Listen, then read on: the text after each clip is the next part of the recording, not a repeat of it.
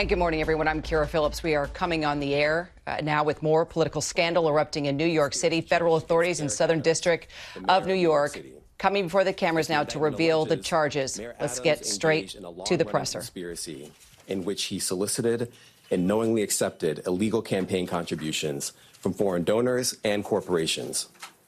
As we allege, Mayor Adams took these contributions even though he knew they were illegal. And even though he knew these contributions were attempts by a Turkish government official and Turkish businessmen to buy influence with him.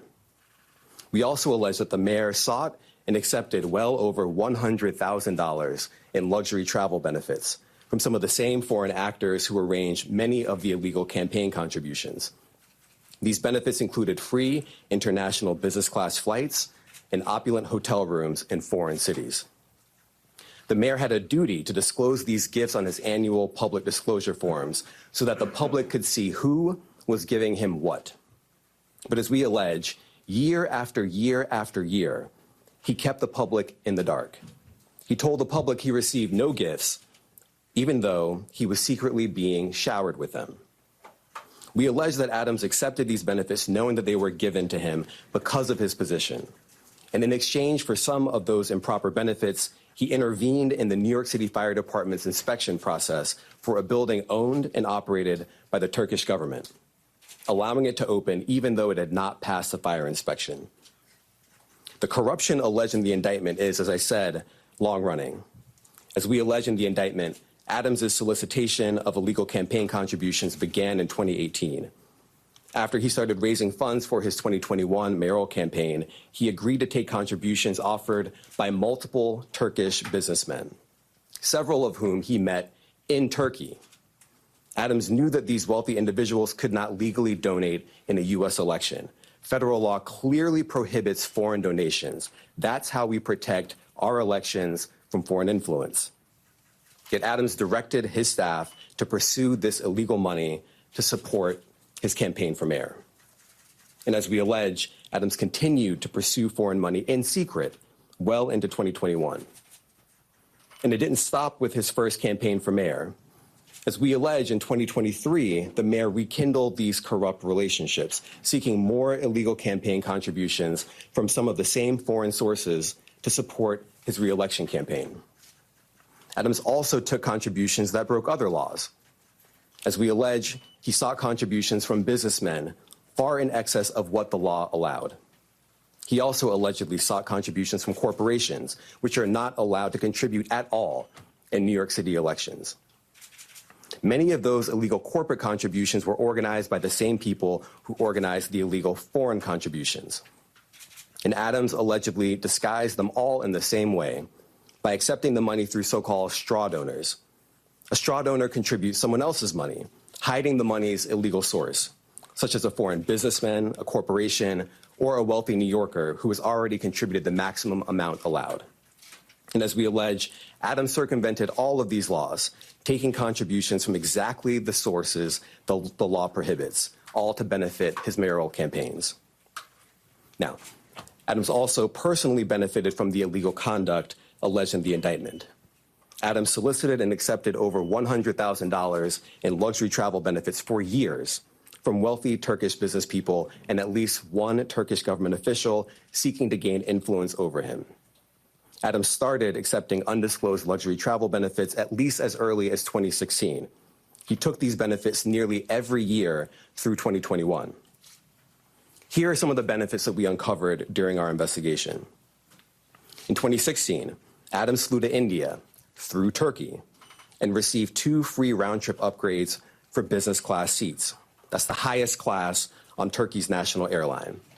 Those upgrades were worth more than $12,000, and none of it was publicly disclosed. In 2017, Adams accepted free business class tickets for himself and his travel companions to France, Turkey, and China. And he was put up in the Bentley suite in the St. Regis Hotel in Istanbul. All of that was worth more than $41,000, and none of it was publicly disclosed. Also in 2017, he flew to China, again, through Turkey, and accepted 2 free business class tickets for himself and a companion. Those were worth more than $16,000, and none of it was publicly disclosed. In 2018, he flew to Hungary through Turkey and accepted free upgrades for business class seats. Those were worth more than $12,000, and none of it was publicly disclosed. In 2019, he flew to Turkey and accepted a free upgrade to business class for his companion and a free stay in a lavish suite at the St. Regis Hotel in Istanbul. That was worth more than $9,000. And again, none of it was publicly disclosed. In 2021, Adams solicited business class tickets to Istanbul, stays at luxury hotels and resorts, yacht tours, and meals. As we allege, he asked to pay a nominal fee for all of this in order to disguise what we allege were, in fact, bribes. He canceled that trip at the very last minute, but the benefits that he solicited were worth more than $21,000. And later in 2021, Adams flew to Ghana, again, through Turkey, and accepted free business class ticket upgrades and other gifts while he was on a layover in Istanbul. Those benefits were worth more than $12,000. And just like all the other benefits I've just run through, none of it was publicly disclosed. Now, I want to be clear. These upgrades and freebies were not part of some frequent flyer or loyalty program available to the general public. As we allege, this was a multi-year scheme to buy favor with a single New York City politician on the rise, Eric Adams. Now, this is a chart with all of the undisclosed travel benefits that we uncovered during the investigation. We just list it all out here. You see the year, 2016, 2017, 2017, 2018, 2019, and 2021. The destination, India all the way to Ghana. The benefits, the free upgrades or free tickets altogether, the hotel stays, and the value. And if you just sum up all the dollar amounts here, you get to more than $100,000. And of course, as I said before, every single trip that we list here was undisclosed. As we allege in the indictment, in addition to not disclosing these benefits, Adams sometimes created fake paper trails to try to cover up the travel benefits he solicited and received. Let me give you one example. Adams wrote emails to his staff suggesting he paid for his 2017 business class flights on the Turkish airline when, as we allege, he did not. Those flights were worth a lot of money. Just one ticket alone cost more than $10,000. But months after taking the flights, Adams wrote an email to a staff member and told the staff member that he had left cash in her desk drawer and that she should send the money to the Turkish airline to pay for a trip he had already taken. As the indictment makes clear, that's just a clumsy cover-up. Now, just because Adams received benefits for free, that doesn't mean that there weren't strings attached. As we allege, a particular Turkish government official behind many of the benefits Adams sought and accepted gave Adams all these things to gain influence over him. We allege that Adams knew that and took the benefits anyway. We allege that when the Turkish government official needed him, Adams also took corrupt official action in exchange for some of the luxury travel benefits. In 2021, the Turkish government official was trying to open a brand new high-rise building in Manhattan that would house Turkey's consulate. There was significant time pressure because the Turkish official desperately needed the building to be open in time for a visit from Turkey's president. This building was important to the Turkish official, and it was important to Turkey. But the FDNY's fire safety professionals wouldn't let the building open because the building hadn't passed an inspection.